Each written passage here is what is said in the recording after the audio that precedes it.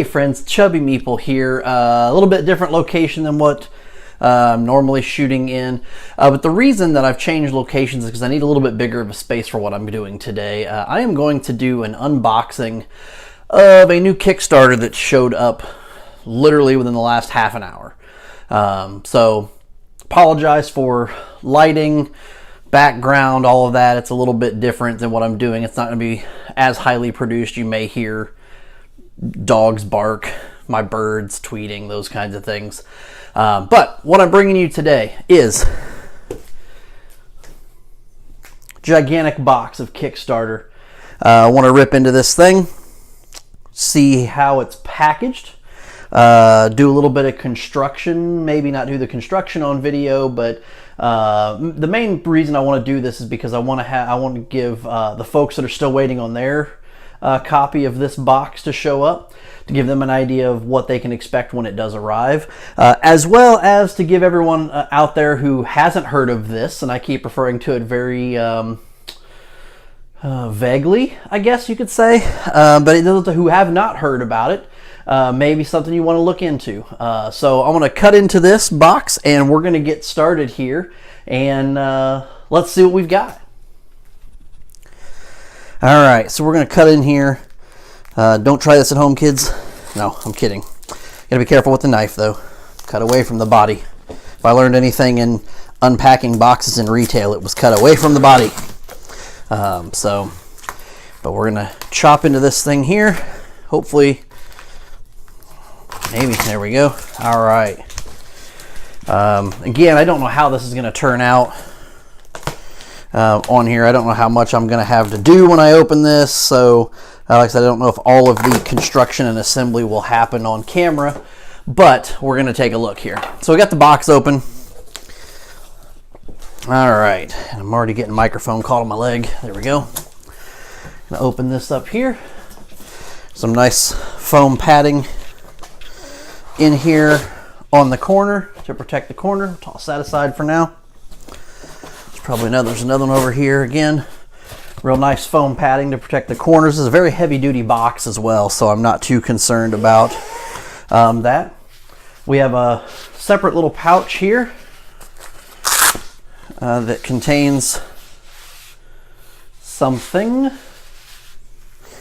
Maybe I could use it as a lightsaber. Who knows? We'll put this back here. By the way, it's my daughter's bedroom. Apologies for any unkemptness that's on her. All right, now we're going to pull out what's in this box and give everyone a look at this here.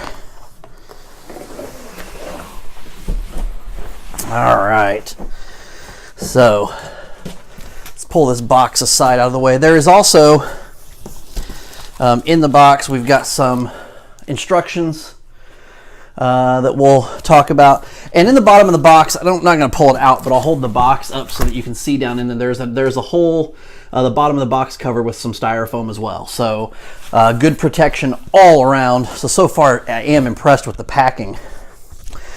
What we have here in this handy dandy little carrying case with shoulder strap,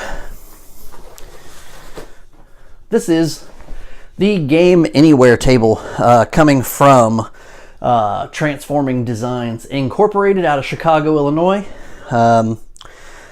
Nifty little idea, full-size gaming table, large playing surface, but it folds down, as you can see, into a pretty small, compact storage solution for not only storing away, but also being able to travel with it. So we're going to rip this open here, and I want to bring the camera a little bit closer here, so apologies again for a little bit of the wonkiness going on. We got the Game Anywhere table here. This is the black table that I opted for here. Game Anywhere logo, a little chrome logo on there.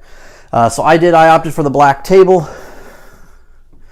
They do have this available in a walnut option as well, with a tan speed cloth. I went with the black table with the gray speed cloth. So we're going to pull this out of here. We're going to move. It's a very nice quality bag. Very heavy duty, adjustable shoulder strap as well. So I am impressed with that. And even having a hole in the top so you can pass the handle of the table through the carrying case bag there. All right, so here is the folded up compact Game Anywhere table laying here on the floor. I'm going to pause the video briefly so I can take a look at instructions and see what I need to do, because obviously I just opened the box. I want to take a look at instructions, see how much is involved with this. If there's not a lot, I'll actually come back on camera and unfold and unpack all of this so that you can get a feel for it. All right, so back on the video here. Let me get down here a little bit. Back on the video, took a look at the instructions. Doesn't look complex at all. Literally a folding table, essentially. So let's take a look here, see what we can get done, and open this thing up so we can see this small little cube here, small little square that we have. We'll give you an idea of what this turns into once the table's completely unfolded. So we come in here, we simply pull these apart. It's going to lay that flat, hopefully not catching my microphone cord on anything. We simply pull the legs up. They will lock into place here. Pop these up here. I don't know how on camera I still am. We have some smaller legs that can go in. Pop those on here. So we'll lock those into place here. There we go. Obviously it's a table, so it has 4 legs on it. And what I showed earlier that was in the that's in this black patch here, or the black pouch, these are actually additional legs that can be used for the player stations, which we'll see when we come out. They're optional. They're used to be, if you've got one of those players at your table that's leaning on the player stations a lot and you want to give them some extra support to prevent them from breaking down, you can do so. So we're going to go ahead and throw all of these in. What I really like about this is a lot of the pieces that you have here are magnetic.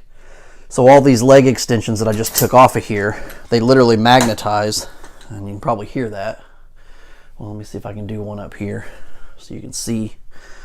Let's do this one back here. So you can hear that magnetic clasp.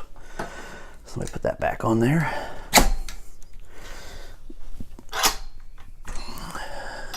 Get those locked. And then we simply flip the table over. Make sure we got all this locked in place. Yeah, so far so good. Little optional tool, we'll toss that aside. All right, now let's get this thing upright, and then I may have to adjust accordingly in order to, let's see here.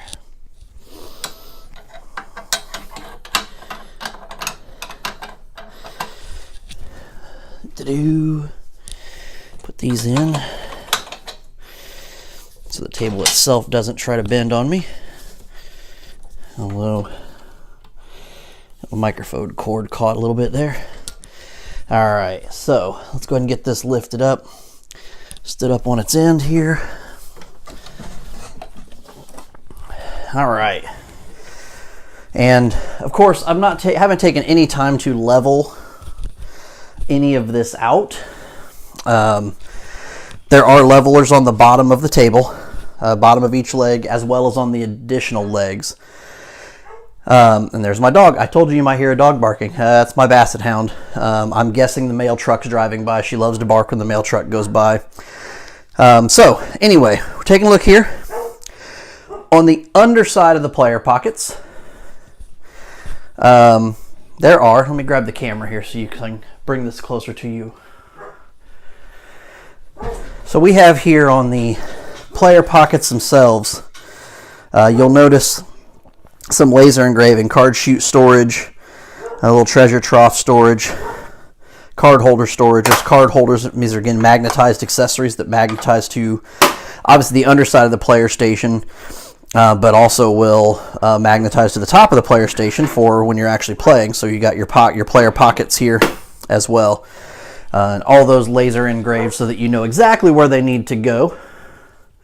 and I'm going to go see if I can get the dog to stop barking before we go any further. All right, we're back here. So now, the next step here is to fold out the player stations themselves. I mean, obviously everything's folded in, so we're simply going to remove the pins that are in here, and they're very nicely marked. It says pin close position, pin open position. So we're going to pull these out of here. We can go ahead and move them to the pin open position here, even before we fold the stations out. That way the station itself folds out. Yeah, we'll do that later. We then fold the player stations themselves out. Fold this next player station out. So a little bit of stuff on there, probably from just manufacturing. Again, I showed the pins that are on the bottom of this that could be that would be used to pin these in place. But you'll notice, I mean, obviously I've got accessories here with player station dividers, player pockets, card holders that are in here. But as you notice, obviously I'm flipping these upside down. Those magnets are holding very well. Fold these down again. Player pockets. So now we have the surface of the Game Anywhere table. This is the gray speed cloth playing surface. What I'd like to do once I get everything squared away here and try to find some extra space, what I'm going to do, I'm going to throw a game on here just to give you an idea of the scale of the table. I know it's kind of difficult to see, when looking at it like this. So I do want to throw a game on here to give you an idea, maybe a common game that everyone knows, kind of how much table space it takes up, so you can get an idea for how much room there is on this table in order to set up, maybe something a larger footprint game or something along those lines. But this is the Game Anywhere table. They're also along the side here, where you have your logo. There are drink holders that pull out, so you've got some drink holders. There are 2 more on the other side of the table as well. So you've got 4 total drink holders to keep drinks off the table itself there. But that is the Game Anywhere table. Like I said, I'm going to do a little bit more stabilization. I mean, obviously I just unfolded it. I didn't clip anything down or anything like that. I didn't level anything. But you can see it doesn't move a whole lot. I mean, I'm putting some weight on the player board. I mean, I can shake it, of course, if I really want to get in here and give it a shake, but it's not going to be, if I bump into this thing with a game on it, it's not going to go crazy, and send components flying everywhere. But next part of the video, I will set a game on here, give you an idea of what a game looks like on this table. All right, we're back, and as you can see, I've got a game on the table now. What we're looking at is a full 5-player setup for Scythe. Obviously Stonemaier Games, very popular game on here. Now, before anyone points it out, yes, I realize none of the player boards have meeples or wood tokens or anything like that, any of the buildings on there. I didn't bother putting any of those out because those things sit right here on these player boards for each faction. So they don't take up any extra space on the table. So what I wanted to do was just show, and I'll pull this box down out of the way. What I wanted to do was just show just how large the table is by being able to fit a 5-player game of Scythe comfortably. I mean, I can comfortably reach the middle of the table. I can reach resource tokens as I need, coins, I got the combat wheels, I can reach all decks of cards. Of course, the ones over there I can always have people hand to me, which isn't a big deal.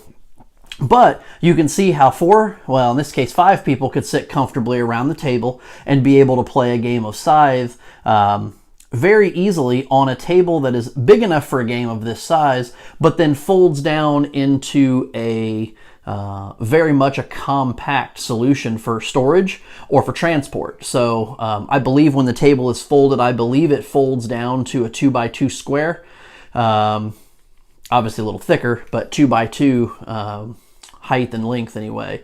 I may be wrong. It may actually be a little bit smaller than that. But what I'm excited about is when playing Scythe before, I had to clear off my dining room table. I don't have a very big dining room table. It's an antique from years ago that will be here forever. I won't ever get rid of it. But it's not a very large table. And so when I would set up Scythe on the table, even just playing a solo game with the Automa deck, which again you don't see on here, because it's not set up for that. But when I would play Scythe solo, just with my faction and then my automated opponent's faction, the boards, the board itself, and my player mat were fine on the table, on the dining room table itself. I usually had a dinner tray, a little folding dinner tray sitting next to me that held my opponent's faction mat and player board. So I couldn't fit the whole game on the table. When I do gaming with my kids, up until receiving this today, the gaming that we did was done on, and some of it probably still will be because some of the games we play don't require a table with this much room.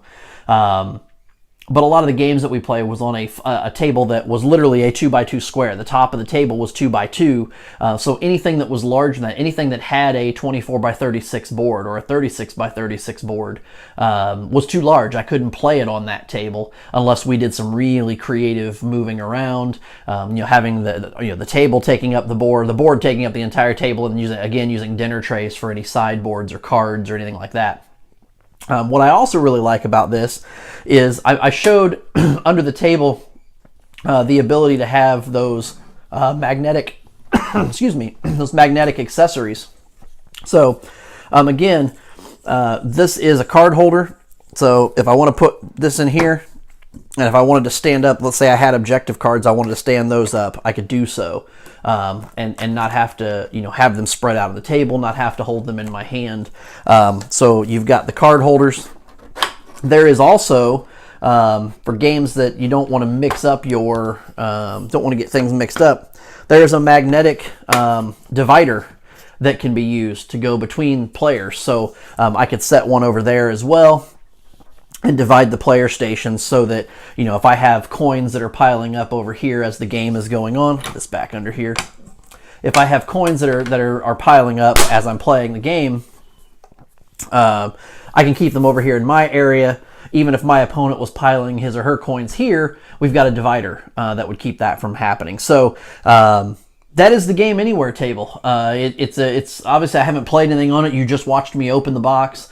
And basically throw a game on the table and set it up. I've not played anything on it, but as you can see, if I bump the table, some of the miniatures will rock a little bit, but none of my components are sliding around. I'm leaning on. The whole time I've been talking to you, I've been leaning on this player stand, which is something that's not necessarily recommended, but because I'm leaning on it, it's not, there's no give to it. I don't have any give under my arm. I don't feel like it's going to get broken.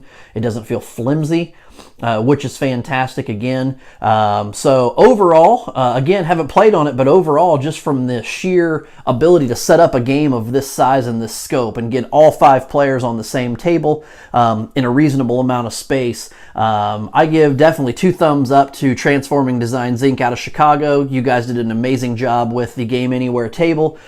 There is, for those of you watching this video going, ooh, Scythe barely fits on that. I do know Transforming Designs is going to be doing a larger, I believe a 4x6 table later this year. Will be coming to Kickstarter later this year. I'm not sure the time frame on it. Check out their website for any information on that. If you like the concept but would like something larger, that is coming in the future. But until next time, I'm the Chubby Meeple. Keep gaming, friends.